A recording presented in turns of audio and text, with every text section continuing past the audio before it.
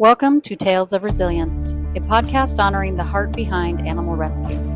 I'm your host, Jolene Feeney, a mental health therapist, lifelong animal lover, and founder of Zodipaws and Animal Rescue Hub. This is a space for real conversations with the people who care for animals when no one else can. From shelter teams and wildlife rehabbers to transporters, vet techs, and nonprofit leaders. We talk about the joy, the grief, the burnout, and the moments that remind us why we keep showing up. Whether you've lived this work or just want to understand it more deeply, thank you for listening. Let's get into today's story. This episode may include references of animal suffering and death, as well as themes of mental health, including suicide. Welcome to Tales of Resilience. I'm your host, Jolene. And today I'm joined by Jacintha Sayed, the director of Saving Great Animals, a Seattle-based nonprofit that has lovingly placed more than 8,500 dogs into forever homes since 2007. Saving Great Animals is a unique matchmaking rescue, carefully pairing dogs with families based on breed, lifestyle, and individual needs.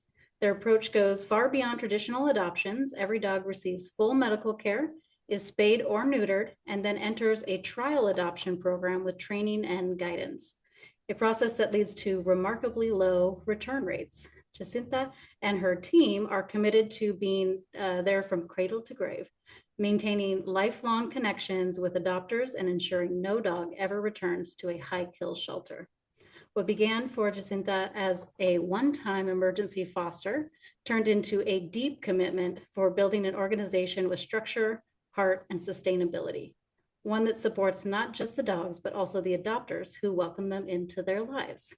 I'm excited to dive into her story and the incredible impact of saving great animals. So Jacintha, welcome to the podcast.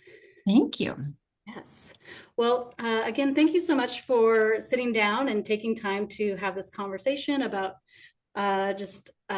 resilience in the animal welfare space. And so if you would be so kind, just let us know a little bit more about Saving Great Animals and how you came to be a part of that program.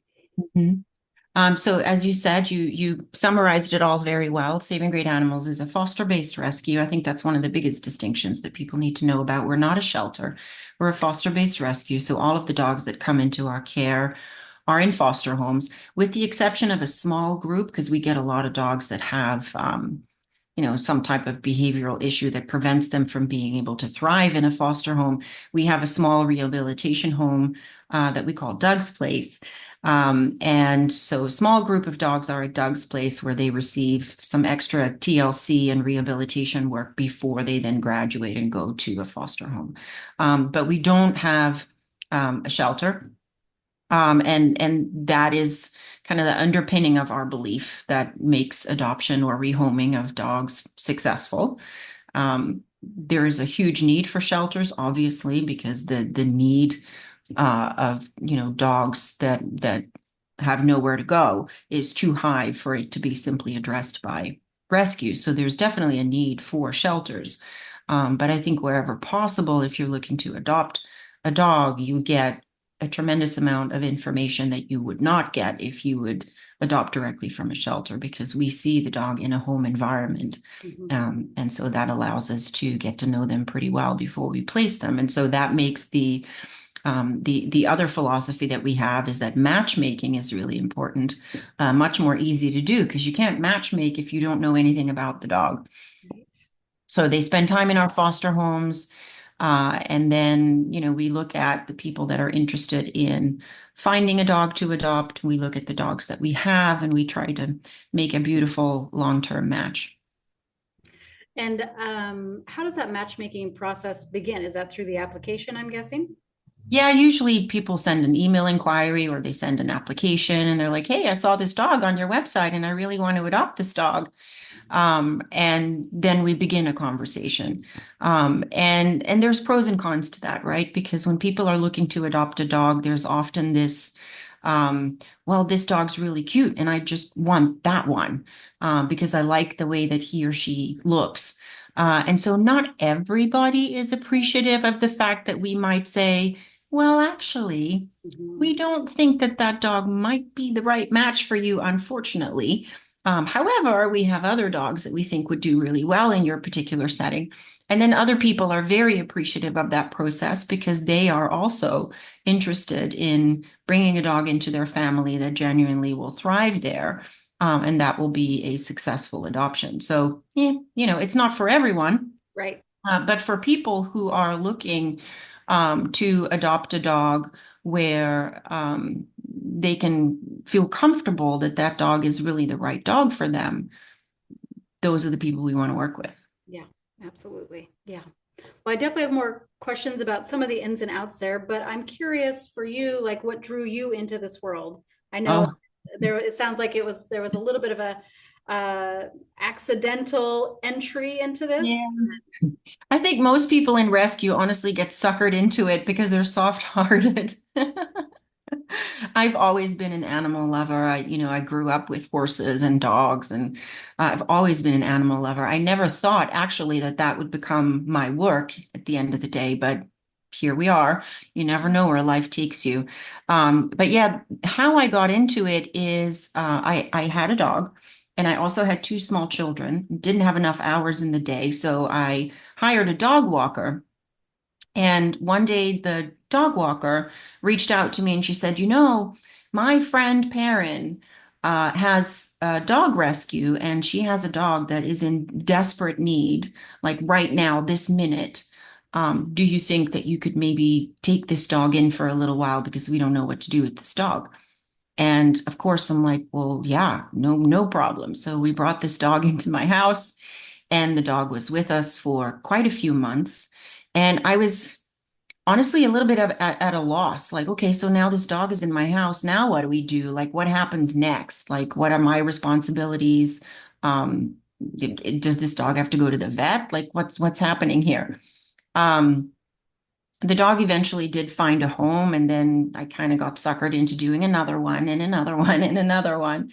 And the one thing that stuck with me throughout that process of fostering is that, we all shared this love for the animals, but there was not a very clear process about, when someone takes in a dog, and in this case, that someone was me.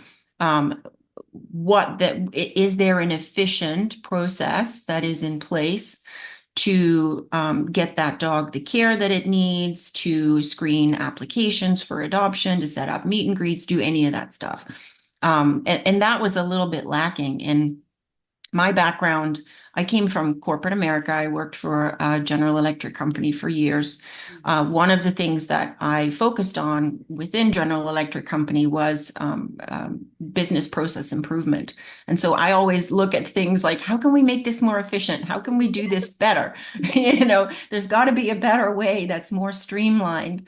And that feels better, not only for the foster, but also, for the organization, helps keep that pipeline moving, and that also would feel good for the person ultimately receiving the dog, right? There needs to be a process here.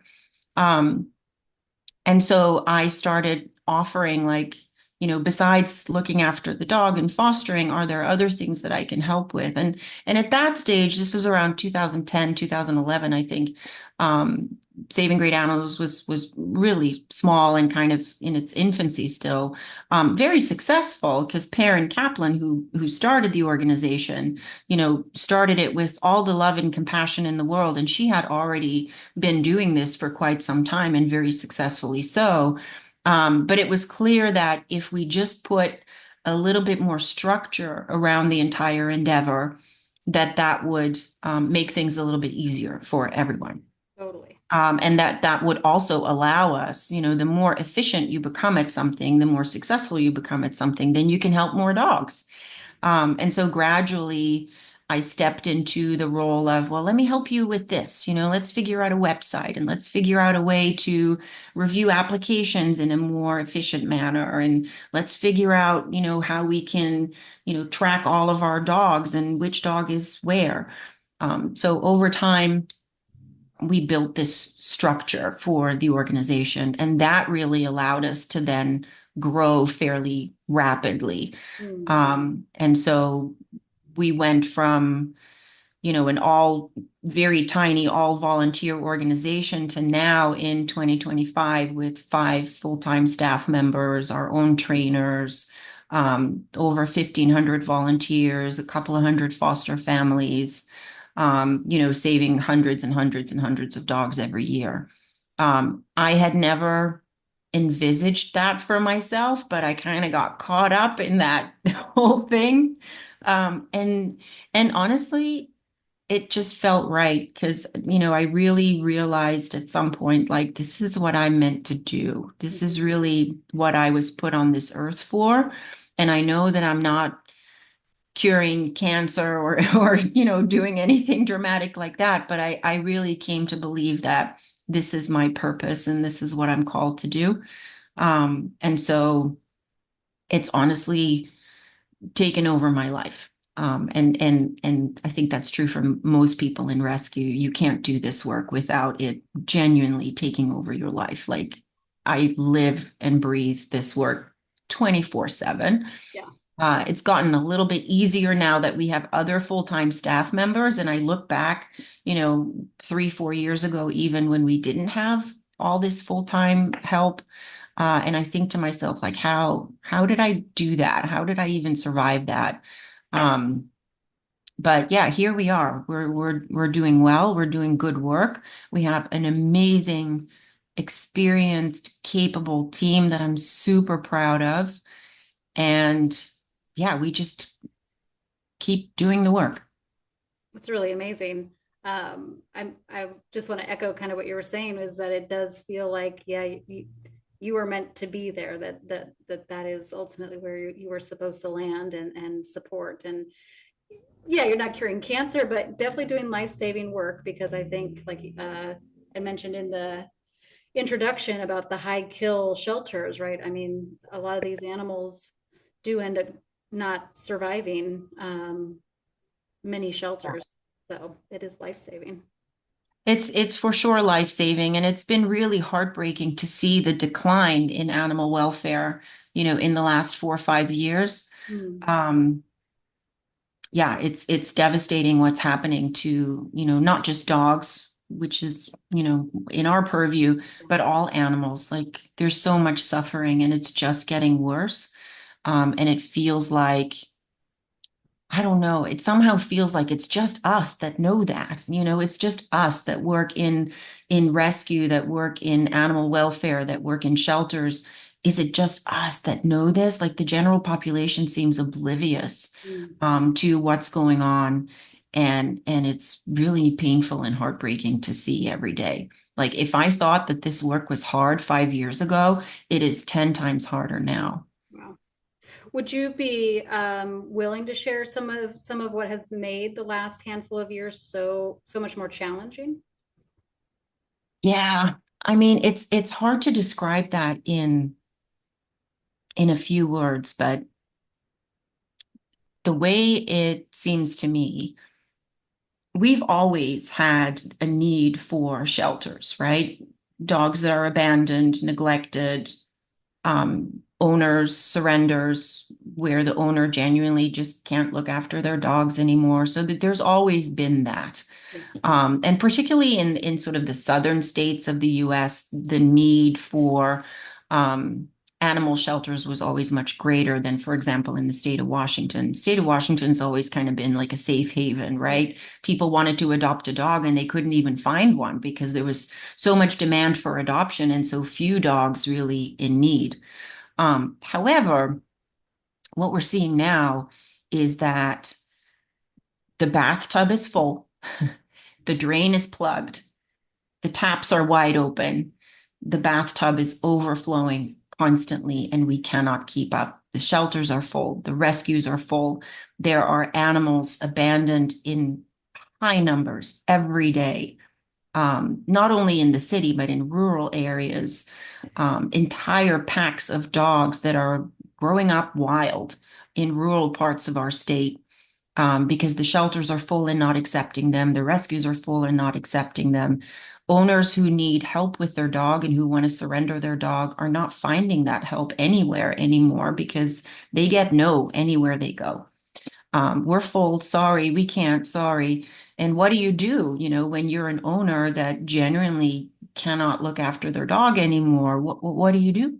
And a lot of people are at the point where, well, maybe we just set him free in the parking lot and hope for the best. Right. It's tragic. And amongst ourselves, we've had many conversations about, well, why is that? Why is all this happening, right? And COVID has been sort of the easy excuse. Well, it's COVID. Everybody got a dog during COVID, and now they don't want that dog anymore. And I think that's really simplistic. I think that's one of the factors probably that contributed. There were a lot of mistakes made, when all these people during COVID wanted a quarantine buddy. Mhm. Many people got dogs. And it's true that many of those dogs landed in the wrong place at the wrong time, with families who were not committed for the long term. And we're definitely seeing repercussions from that. But there's other stuff happening too, like the cost of medical care for animals has gone up threefold. People can't afford their animals. They can't afford, like we used to pay at rescue rates, $150 for a spay or a neuter. And now at rescue rates, we're looking at 350, 400. That's not even when you're a member of the public. If you're a member of the public and, 4 years ago, 5 years ago, you wanted to get your dog fixed, it would cost you $300 to $400. It now costs you $1,200 and up. And given where we are in the economy, people are having to make choices. Do I buy food for my family or do I spend $1,200 getting my dog spayed? And when spay and neuter rates go down, what happens? The dog population goes up.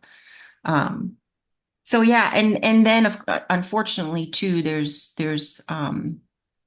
I don't know if that's a political issue necessarily, but there's an issue with that I see, and I don't know how many people in the animal welfare community agree with me on this, but I feel fairly strongly about this. There are some policies that are being touted by the larger organizations in our community, like Best Friends and the ASPCA and places like that. Yeah. The no kill approach, right? That's been going on for years. No kill. We must achieve no kill.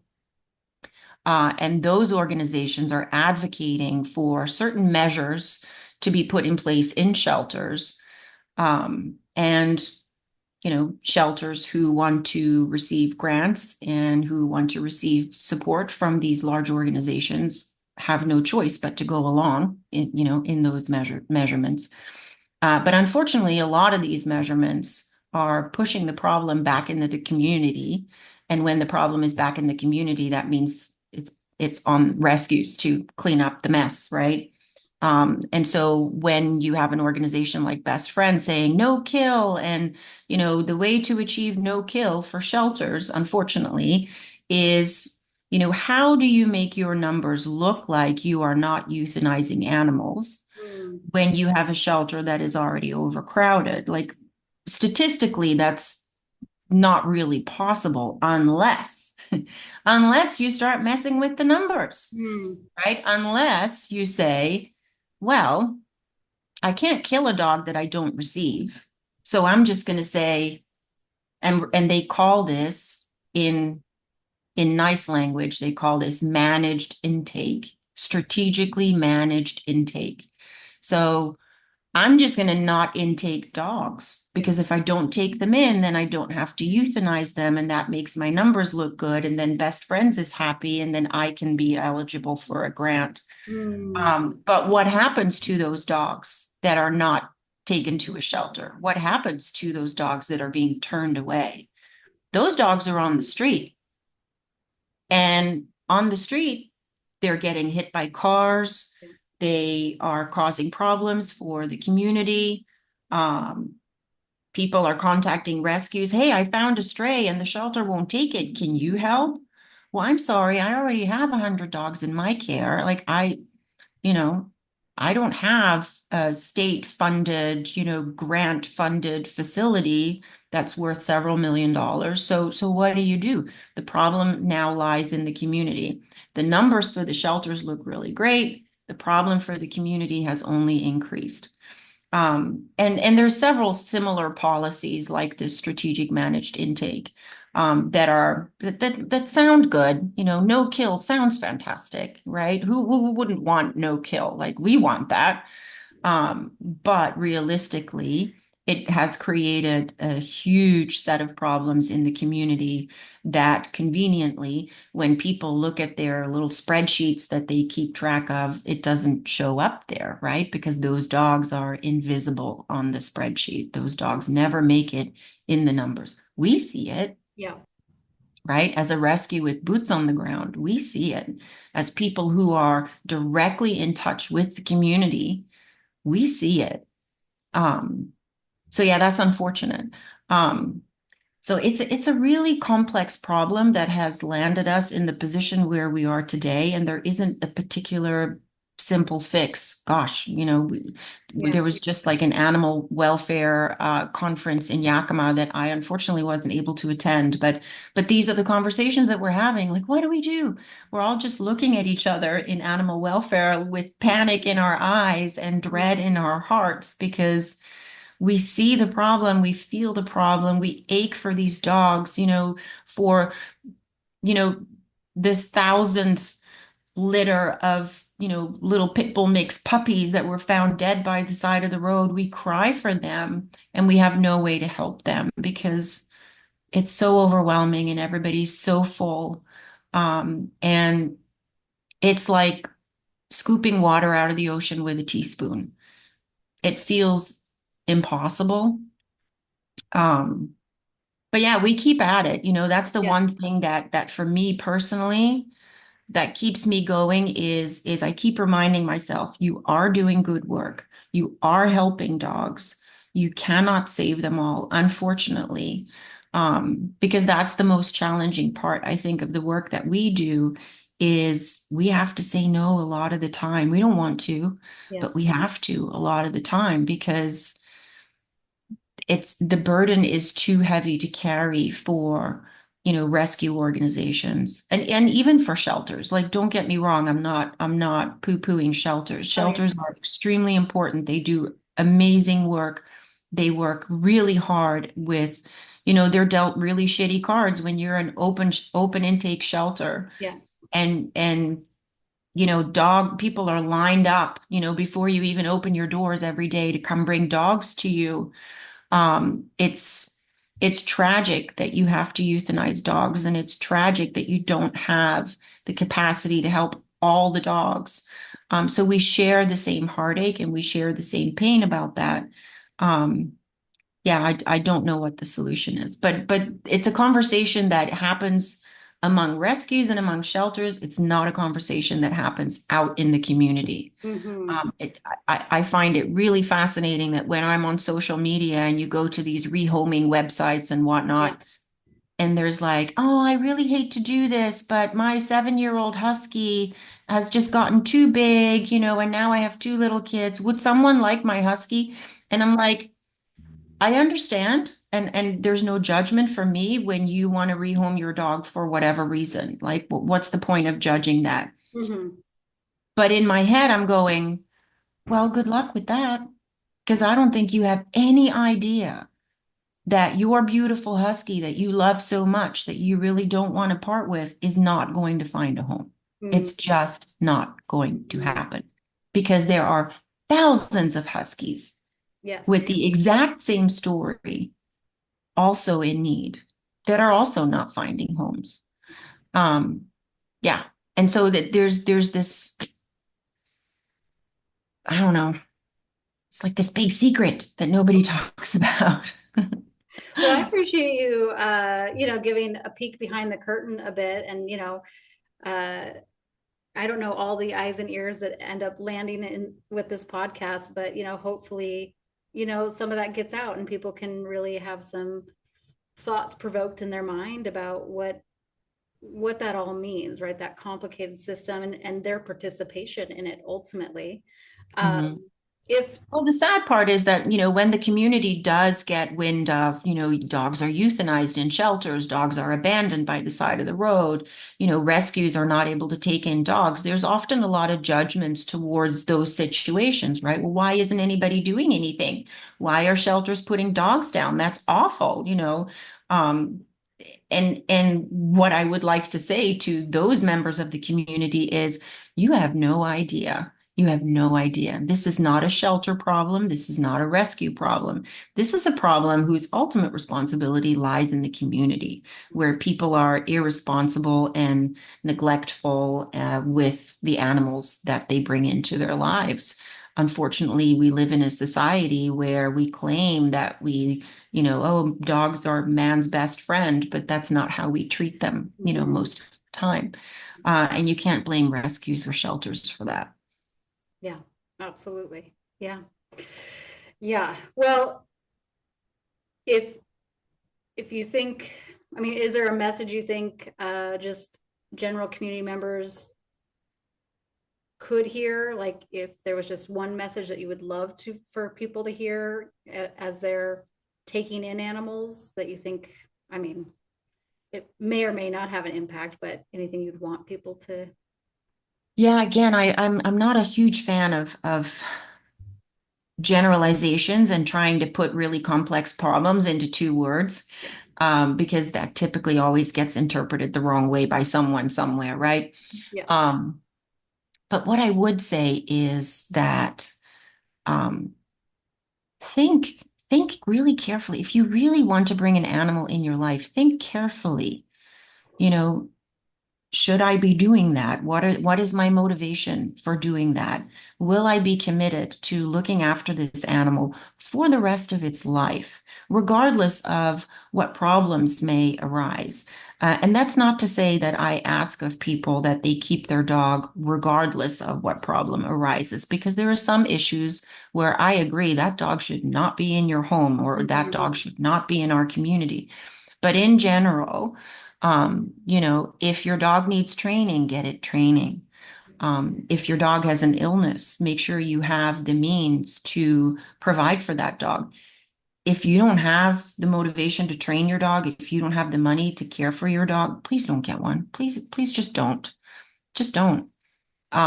Because uh, expecting other people to then fix that problem for you is also not the right thing to do, Mhm. right? Like in my ideal world, our rescue would not need to exist.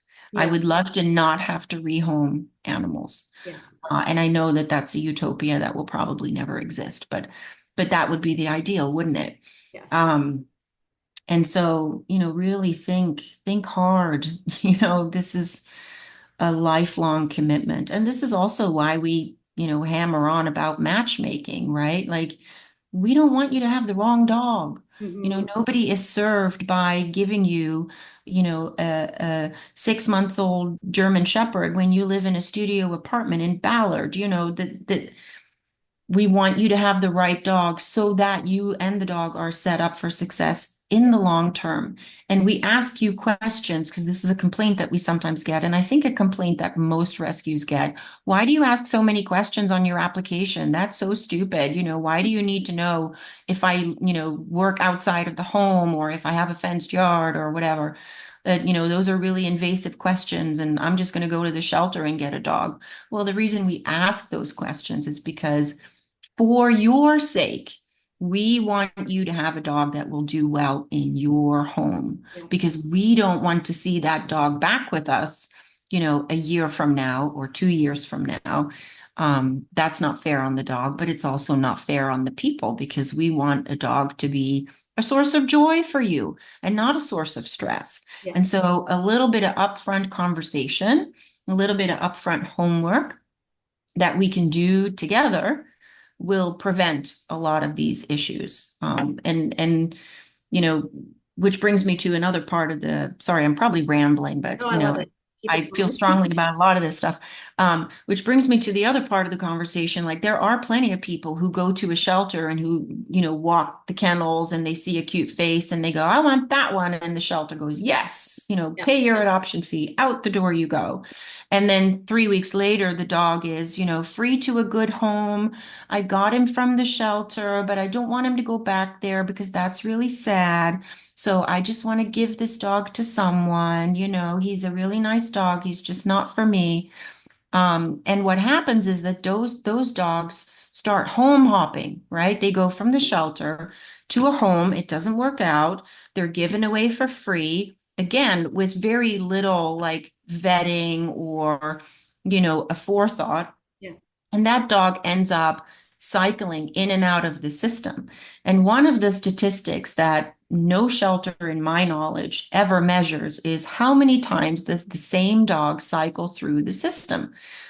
Because you can say that you've done 500 adoptions in any given period of time, but how many adoptions did you do where that dog, perhaps not in your shelter, perhaps in another shelter or at a rescue or whatever, is that dog coming back into the system? Mm, And honestly, I don't know how anybody would even measure that, but I right. feel in my bones that there is a pretty large number where that happens, right? Because when you're looking to do really high adoption numbers, which shelters have to do because they have to keep clearing space to keep that pipeline going, Mhm. then making it easy for people to walk in and then walk out with the dog in the space of 30 minutes doesn't necessarily always lead to a good conclusion. And again, I, appreciate shelters. They do the best work that they can.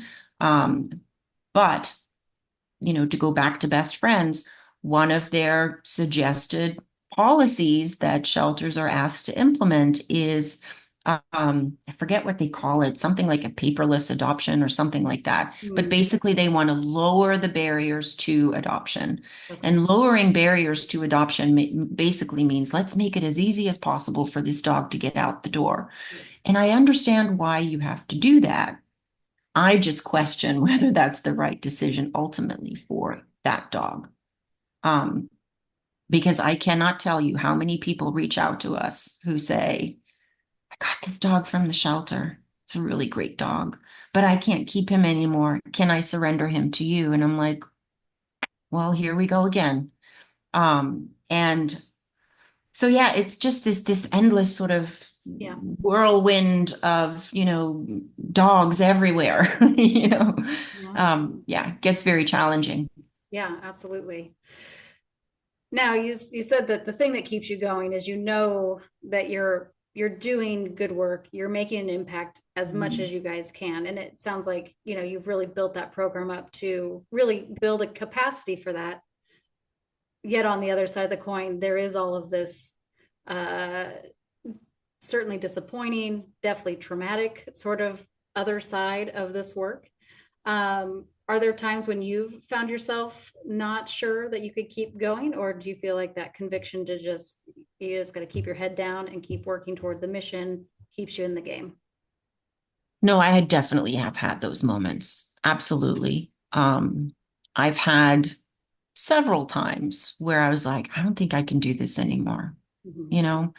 And honestly, not so much because of the dogs and sort of the traumatic things that you see that relate to the animals, but just because there's never an end.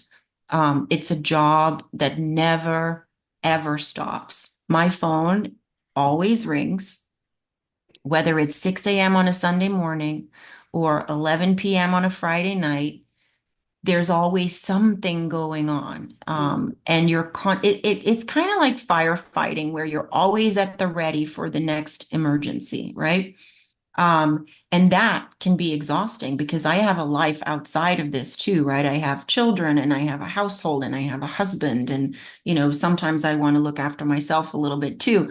And that's the part where you just get mentally so exhausted. Yeah.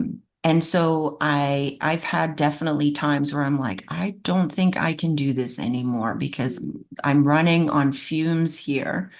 And while I am still motivated to do the work, I feel like physically and mentally I am so drained that I have nothing left to give, not for a lack of desire to do so. What I have also learned is over the years is that that feeling passes. And now I know that when that feeling hits me, I just need to ride that wave for a little Mhm. while and just sit with that. And I've also had to get better, and I'm still not very good at this. I've had to get better at setting boundaries. Yeah. with people and for myself. Um, like I said, I'm still not good at this, but for example, a lot of people have my personal number. Pretty much all of the fosters that we have in our organization, they have my personal number because they need to be able to reach me if there's an emergency, right? And we have emergencies all the time.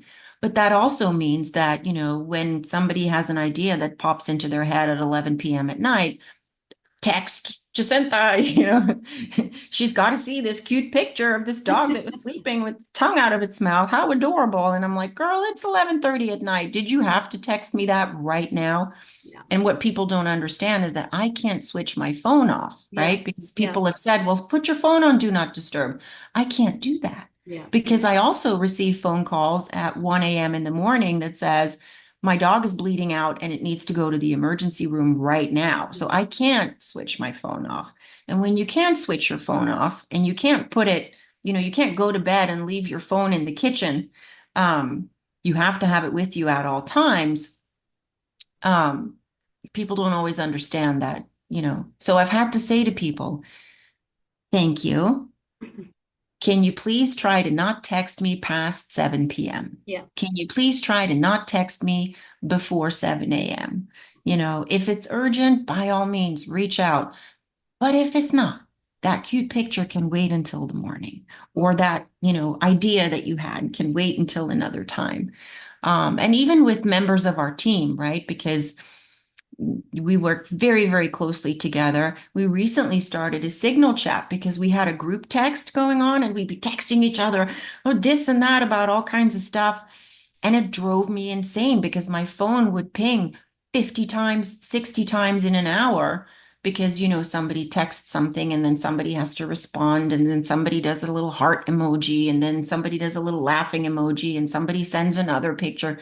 And I was like, guys, I can't do this. So we moved the whole thing to a signal chat. Yeah. And we said, okay, the purpose of the signal chat is for all the fun, unnecessary, well, not unnecessary because teamwork, Yes. team, Connecting. yeah, connecting is also important. But unless it's urgent, please keep it on the signal thing because that I can put on do not disturb, Yeah. right?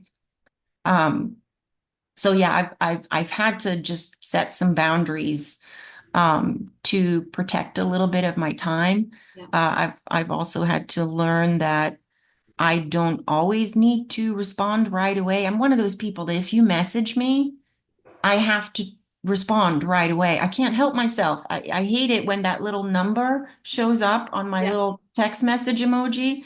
Oh no, I have a message. I have to respond. And I have to tell myself, no, you don't. It's okay for that number to just sit there and then you can respond tomorrow morning. That's okay. Um, but yeah, it can overtake your life, right? And there's also constantly the worry about, this dog or that dog. We had a dog that arrived with us a couple days ago, and he was at Doug's place. Hmm.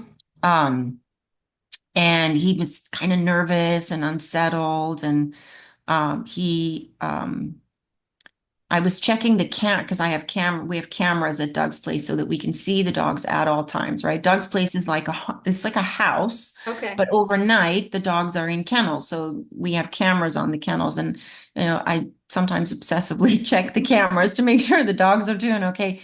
And a little bandit was not doing okay. He was sitting in his kennel, he was howling and I'm like, oh, maybe he'll quiet down in like 20 minutes or so. So 20 minutes later, I'm checking the camera and he's still crying. And I'm like, oh no, it's 9 o'clock. Should I go over there? Oh, I can't go over there right now. I'll check again 30 minutes from now. So, the constant worry about, is the dog doing okay? Is there something else that needs to be done? That also can cause a lot of stress in my body. Yeah. So yeah, it's kind of nonstop. Yeah.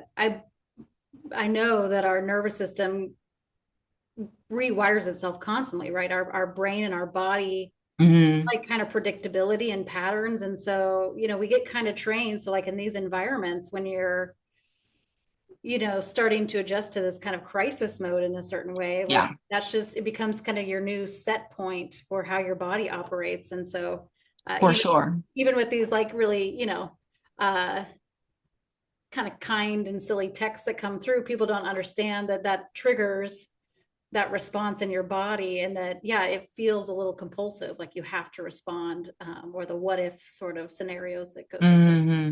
Yeah. Yeah, yeah. Well, yeah, and I mean the text messages honestly are traumatizing because half the time I get text messages and it's about an issue, right? Like, Yeah. oh my God, Jacinta, look at this dog. This dog needs help right this minute. Or it's a foster that's like, um, whenever I have really flighty dogs in foster care, I get especially nervous because, every rescue experiences this. Sometimes a foster dog escapes, and then all hell breaks loose. So yeah, anytime I get a text message and it starts with, "Hey, Jacintha, I have a little problem," I'm like, "Oh no, what's about to happen?"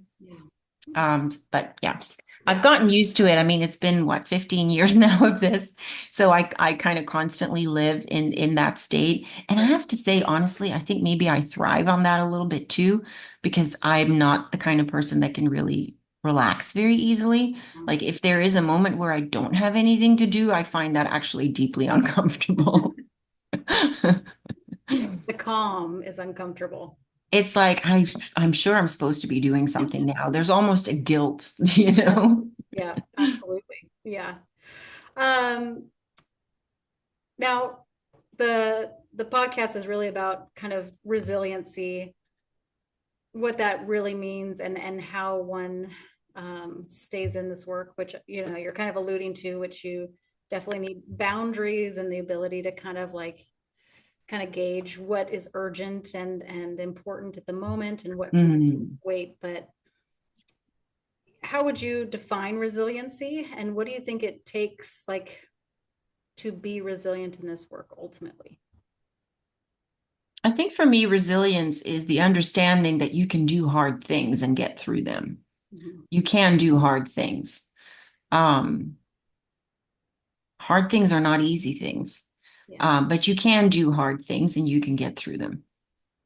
And I think that unless you have experienced hard things enough times to know that you can weather that storm and come out the other side and still be okay, um, it's tough for people to know whether they have resilience or not, right? Because I think it's a muscle that you build up over time. It's not something that you naturally are born with. Maybe you are, I don't know. For me, I think it's I've experienced something, I've gotten through it, and I've learned something from it. Um, is how I would describe resilience. And I think in order to have resilience, you need to also be um, confident um, in your ability to cope with Mm. something, Mhm. and not being fearful of being uncomfortable. Um, there are the hard things that we do,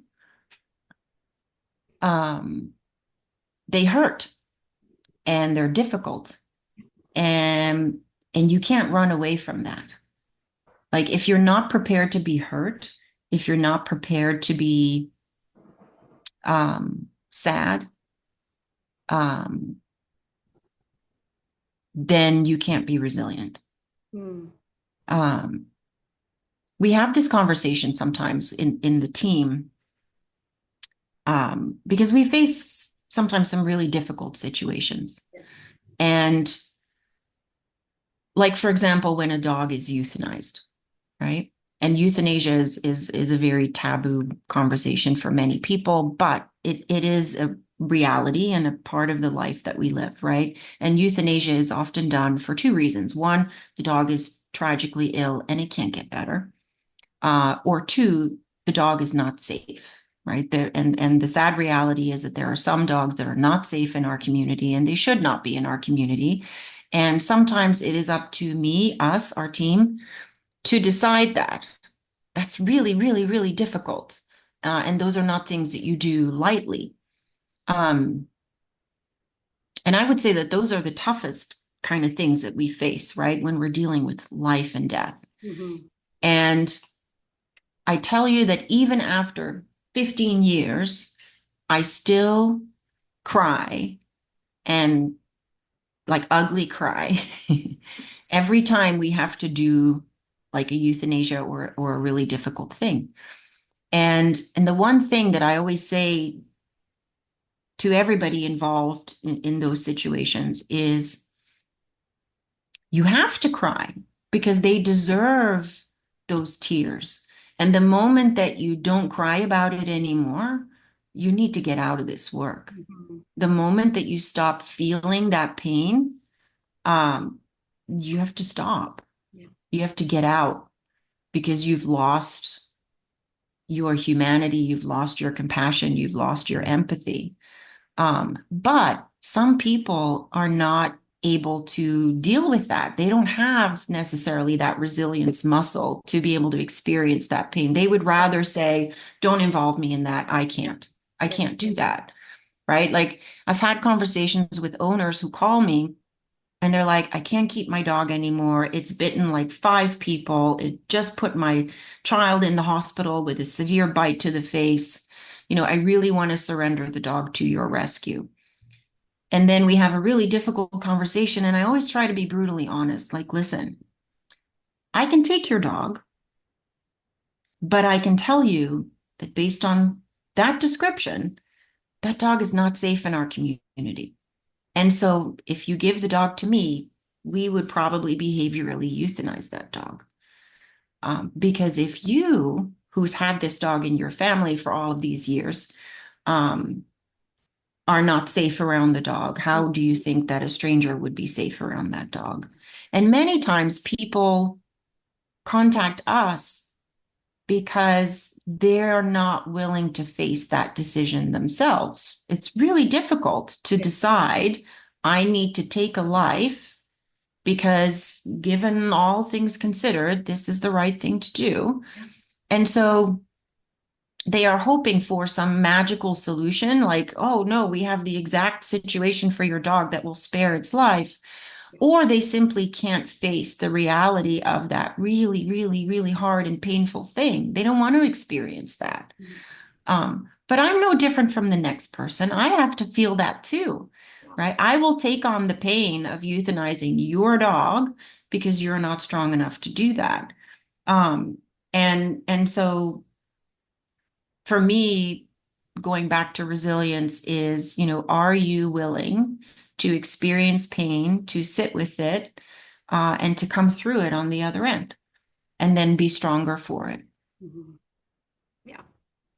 Yeah. I can't agree more with everything you just said. And I mean, even we had to, unfortunately, let our senior dogs pass last year. And it's even, even when they're old and, they're at the end of their life, it's hard to make that decision. But, you have to, Mhm. so yeah, I can definitely understand what you're referring to with it is Yeah, a it's difficult choice for the owners, but certainly yeah.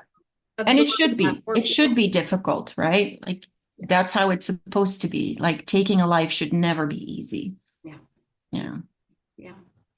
Um, how do you, so we talked about the boundaries, but how else do you care for yourself?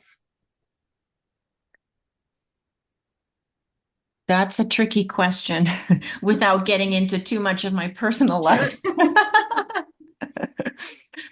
My life is a bit unique in the sense that I have a severely chronically ill child who is bedridden and has been for years. And I am her full-time nurse. And so that, in addition to the work that I do, it doesn't leave much room for Yeah. me. Yeah. Um, and yeah, I think the way I look after myself is honestly, it's really, really simple things like, taking a break and sitting in my backyard just even for a few minutes and listening to the birds sing. Or, playing a game of solitaire on my phone, or, driving to, a coffee shop and getting a coffee. They're very, very small things. I don't have the ability to do big things like taking a trip somewhere. I can't do Mhm. that, or going to the zoo for the day. I can't do that.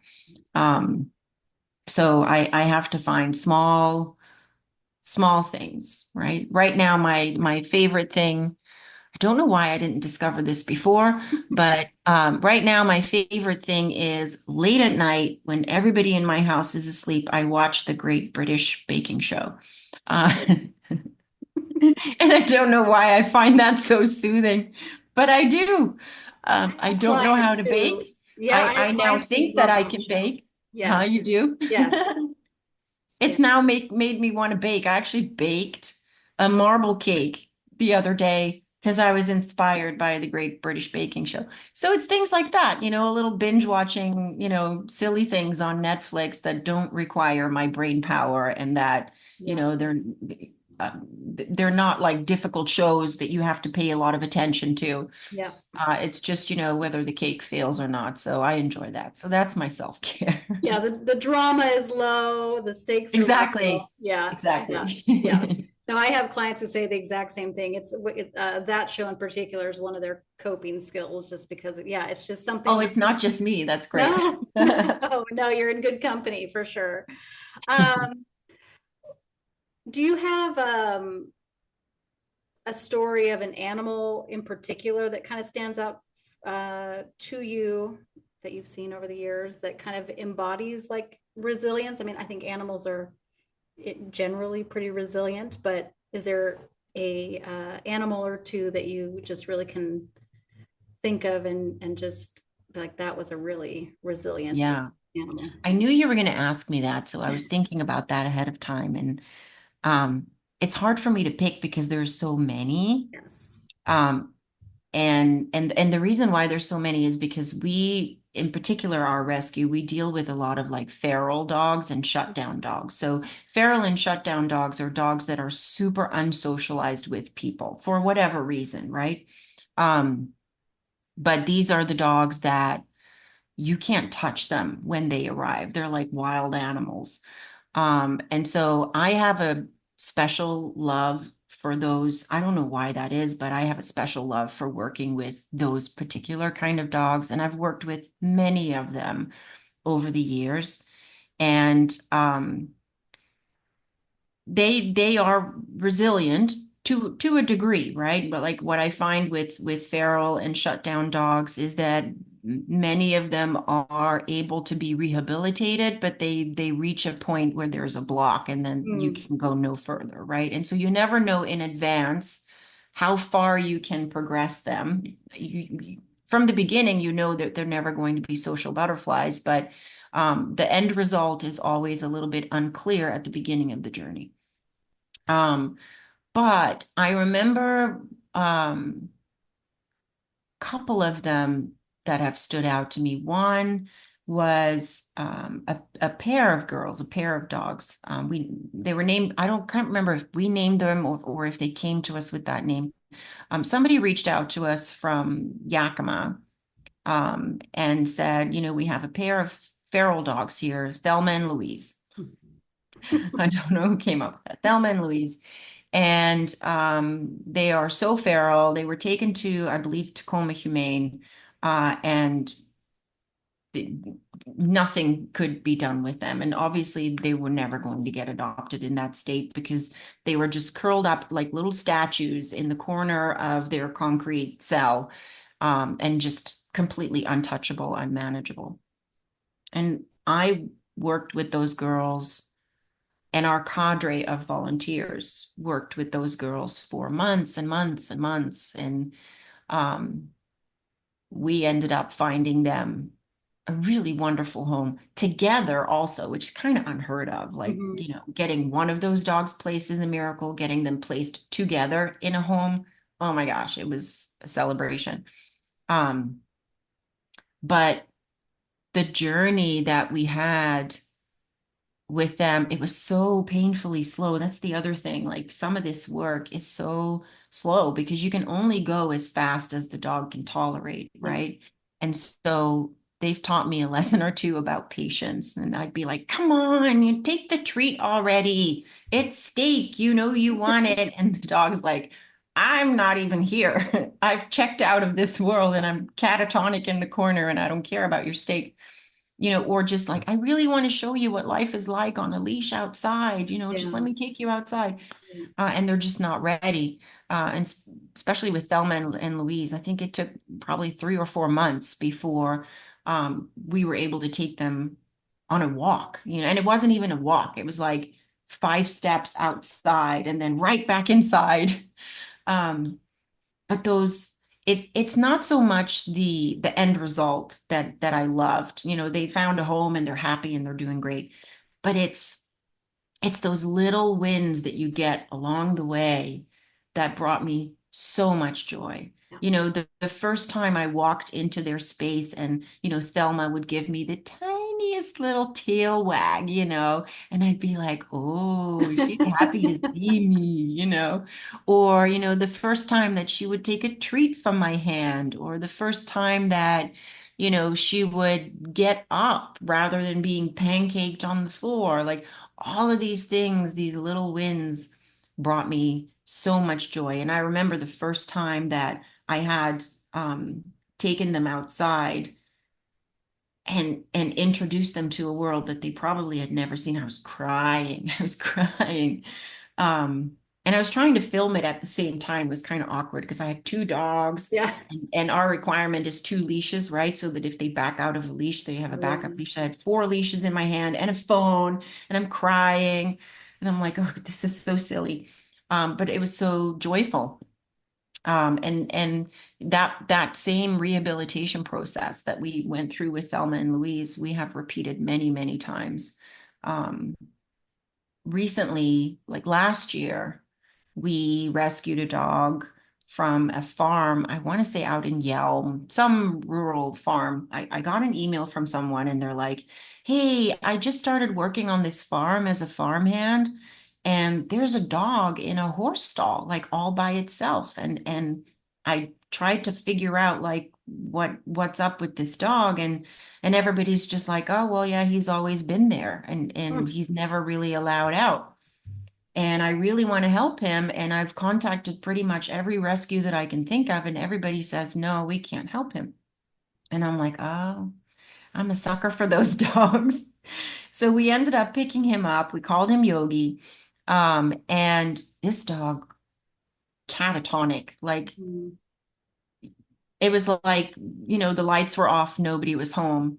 Yeah. And it took an entire year for him to be ready for adoption. Like he came to us September of last year, and he became available for adoption only a week ago. Oh, wow. Um, and yeah, we worked really, really hard with him. And our trainer, Melissa, who's on our staff full time, she's been fostering him after he graduated from our Doug's Place rehab program. She's been fostering him, and we made a video about him, and it's on our YouTube channel, and it's really, really an amazing story to see. If you want to see it on YouTube, you can go to Saving Great Animals YouTube channel, and you'll see Yogi's story there. But Melissa's done amazing work with him, and he goes hiking and swimming, and it's just fantastic, from a dog who'd never seen the sun, never walked on grass, in this dark little horse stall, just completely forgotten by the entire world, Mm. is now living his best life.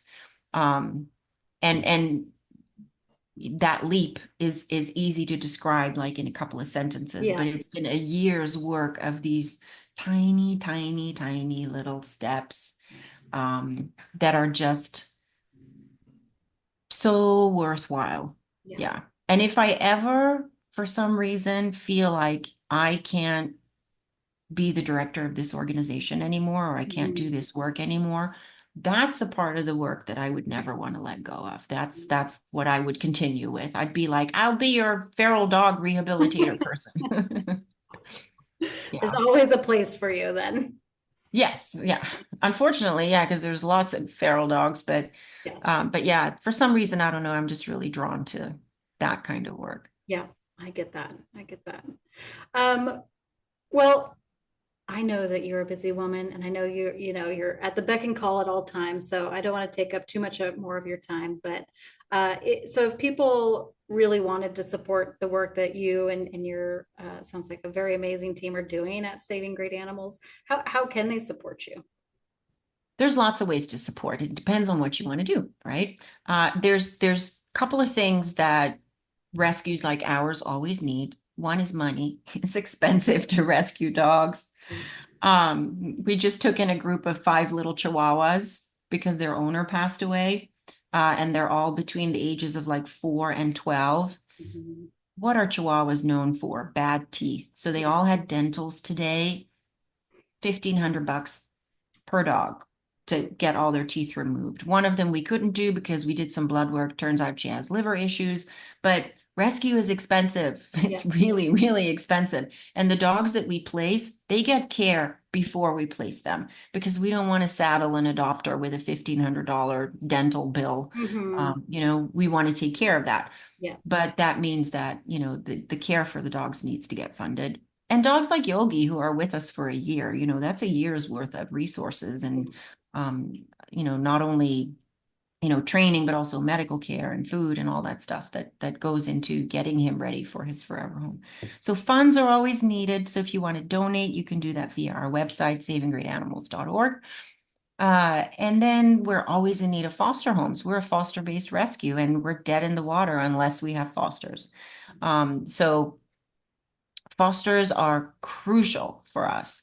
We're always on the lookout for fosters. We have a lot of foster families that end up adopting the dog that they Yeah. foster, which kind of takes them out of the running. So there's always a search for new fosters. And some people, they think fostering is oh, I could never let him go. And that, of course, happens, where you keep the dog that you foster. But it's not as hard as you think it is. You can fit it in between other things. And we support anything and everything that our fosters need. We have our own trainer on staff. If your foster dog has some transitional issues, we are here to support you 24/7. If your foster dog, well, they will, has some medical needs, vaccination, spay, neuter, whatever, Yeah. we take care of all of that. Um, if you need supplies, whatever it may be, a crate, food, bowls, toys, we have all of it. Yeah. So all you really need to do is to put your arms around a dog in need and Mhm. love on them until they find a new home. And if for some reason, we do our best to match our fosters to the right family, just like we do with adopters. But Mhm. there are situations sometimes where somebody receives a foster and it ends up not being that good of a fit. Yeah. You're not committed. We will come and get the dog. We'll place it somewhere else.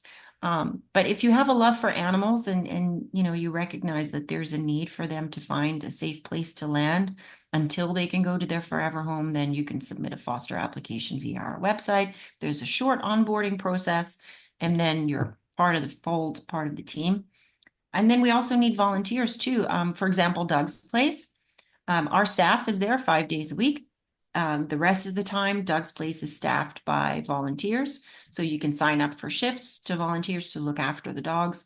Depending on which dogs we have there, sometimes we have a feral dog or a shutdown dog there, and we have our volunteers help with socialization. So you sit with the dog, read them a book, sing them a song, whatever it may be. And sometimes we have more social dogs there, so you can take them for a walk or you can cuddle with them. Um, it's a really fun and beautiful place to be. So if you're interested in volunteering at Doug's Place, you can send a volunteer application via our website also. And yeah, and then just spread the word, follow us on Instagram, follow us on Facebook, YouTube, wherever you can. We don't really have much of a presence on Twitter or X or whatever it's called Yeah. these days. Um, but yes, just follow our stories and share away. The more people that know about organizations like ours, the better. Yes, absolutely. And you're in like the Seattle area, correct? Yeah, our fosters honestly are anywhere from Anacortes to far south of Olympia. Okay. And we Okay. have veterinary partners all over the Puget Sound. So, if you're in Tacoma and you need a vet, then you go to our Tacoma vet. And if you're in Bellevue, then you go to our Bellevue vet. And if you're in Seattle, you go to our Seattle vet. So we make it as easy as possible for people to have access to good veterinary care and support wherever you are. You don't have to be in Seattle. It would be difficult if you're like 5 hours away, right? Yeah. Yeah. But if you're within like a 2.5 hour radius of Seattle, awesome. Perfect. Yeah. That's great to know. That's good. Okay. Well, again, I really appreciate your time today, the deep insights you've shared, and again, the peek behind that curtain, which I think is so important for people to hear and try and understand better. And yeah, thank you for your commitment and for being such a good caregiver, just it sounds like in multiple areas of your life, and having the resiliency to do that. So, Jacintha, I really appreciate you, and thank you to Saving Great Animals for all the work that you do. Thank you. It was so nice to chat with you. Thank you. Thank you again to Jacintha Sayed of Saving Great Animals for sharing her story. If you were moved by this episode, like, subscribe, share with a friend, follow us on Instagram at animal.rescuehub, and give Saving Great Animals a follow on your social medias. And until next time, may we all find our own tale of resilience.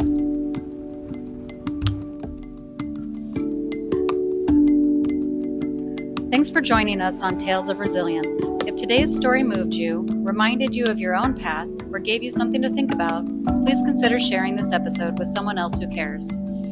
You can follow us on Instagram at zodi.paws and animal.rescuehub to stay connected, or visit zodipaws.com or animalrescuehub.org to learn more about both of these organizations. And you can also email us directly at info@animalrescuehub.org. And if you or someone you know has a story worth sharing, we'd love to hear from you. Until next time, be kind to yourself and never underestimate the power of a tale and a little resilience.